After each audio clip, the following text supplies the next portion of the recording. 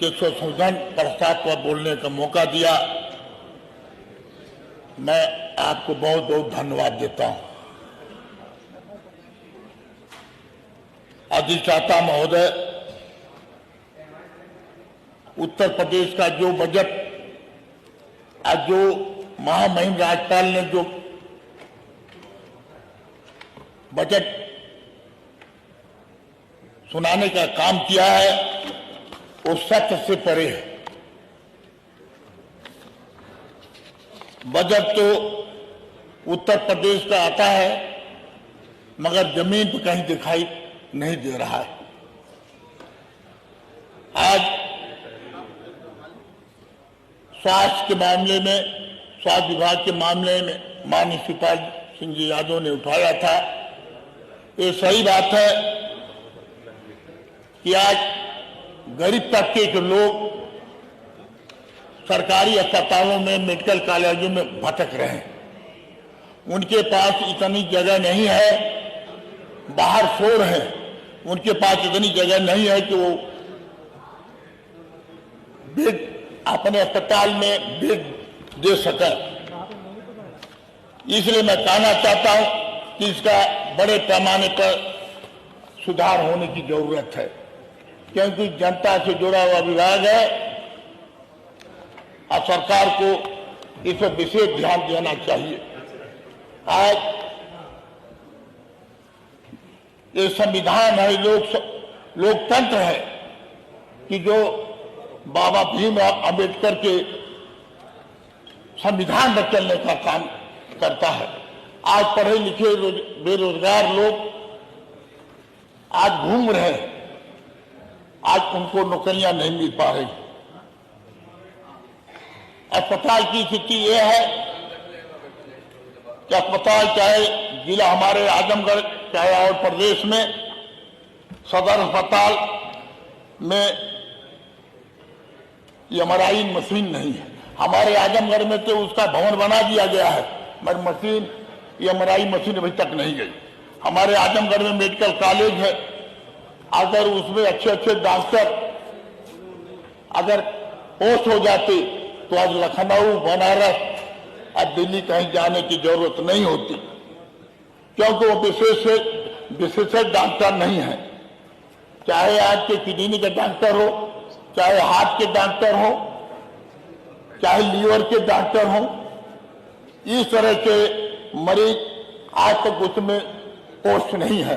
हमारे आजमगढ़ के medical college की यही स्थिति है कि जीआई उसको भी कहा जाता है। यही स्थिति है कि जो डॉक्टर सदर अस्पताल में पोस्ट हैं अब वैसे ही डॉक्टर मेडिकल कॉलेजों में पोस्ट है।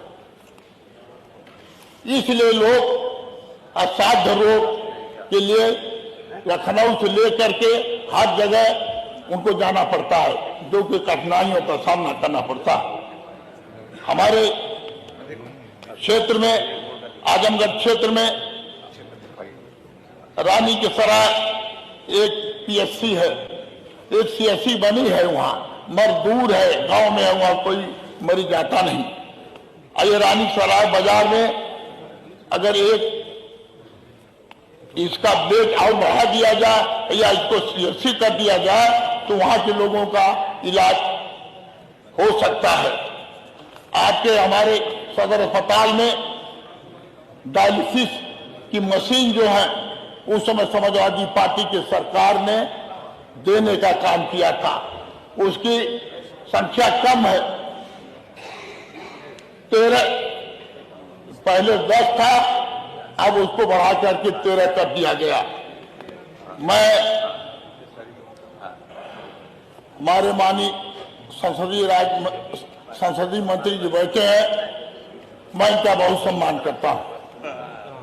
इसलिए मैं कहना चाहता हूं, आप ये विभाग मेडिकल कॉलेज आपके विभाग आपने देखा,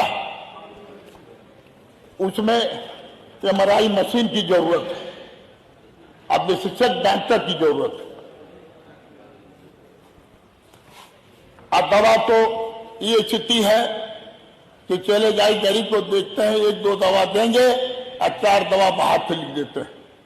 अब वो गरीब आदमी भटक रहा है, कोई उसको दवा की कोई व्यवस्था नहीं हो पाती है।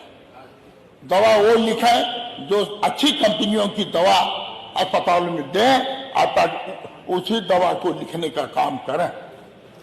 जैसे हमारे माननीय सदस्यों ने कहा है, हर अस्पताल में दलाल हैं, एक एक डॉक्टर के पास 50-55 दलाल हैं। वो निकल के जाए तो पर्ची छीन लेते हैं और छीन के जहां पर मनमानी तरीके से मेडिकल कॉलेजों में ले जाने का काम करते हैं।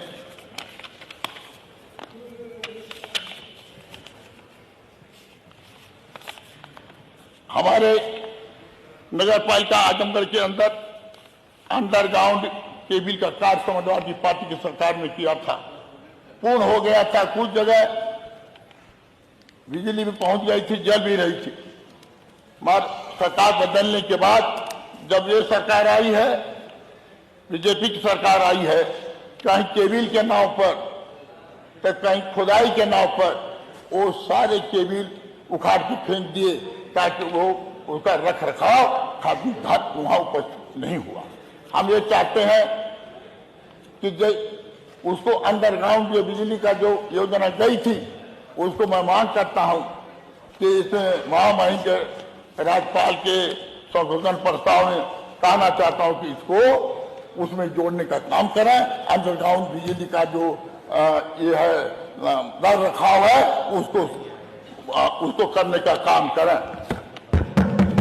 हमारे बीच में बिजली विभाग है, और बहुत साथियों ने चर्चा किया है, बहुत साथियों ने चर्चा किया है कि ग्रामीण अंचलों में ट्रांसफार्मर जल जाता है, जल गया तो सरकार को बदलने का उसमें उनके पास पैसा नहीं है।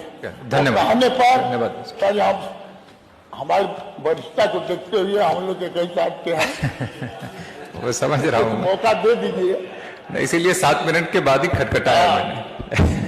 वरिष्ठता ये बिजली का ट्रांसफार्मर नहीं बदलते, अगर कोई जाए तो कह देते हैं, उपभोक्ता जाता है तो कहते हैं कि माननीय विधायक जी से लिखवा के लेके चले आओ, अब निधि से लिखवा के चले आओ। हम लोग निधि से क्या दें, इसलिए हमको देना भी पड़ता है। और वो उनसे कहा जाए तो कहते हैं कि विजिलेंस प्लांट में पैसे नहीं है, इसलिए हम ये मांग करते हैं और इसको जोड़ने का महामहिम राज्यपाल से जोड़ने का काम कर, ज्यादा समय नहीं लेंगे, 1 मिनट। एक सेठवल में 132 केवी का सब स्टेशन है और उसके आसपास गांव करीब 10 किलोमीटर से शहर से लाइन होकर वहां जाती है। मैं कहना चाहता हूं कि सेठवल के आसपास किसी गांव में 35 केवी का सब स्टेशन बना दिया जाए। उसी तरह से हमारे मंचोबा है, हमारे क्षेत्र में ब्लॉक पहलनी में आपके बद्दोपुर से करीब 8-10 किलोमीटर पास लाइन जाती है, वहां भी 33 केवी का सब स्टेशन की जरूरत है। सड़क के बारे में मैंने पहली मीटिंग में कहा था, ये आपके सत्र जो चला था बजट तक, उसमें कहा था, आज भी मैंने कह दिया कि मतलब कह रहा हूं बजट के लिए, मगर हम उम्मीद है कि ये सरकार बजट नहीं देगी। मानी हमारे सम्मानित अध्यक्ष जो कि इतना दिन से मैं हूं, मैं जिस तरह से हमारे विधानसभा के माननीय अध्यक्ष जी ने जिस तरह से उन्होंने निर्णय लिया कि नहीं ये बजट आपके यहाँ जाएगा, और वो बजट इनके कहने पर वहां पहुंचा है। मैं बार बार अपने माननीय बहुत धन्यवाद अध्यक्ष जी को बधाई धन्यवाद देता हूं।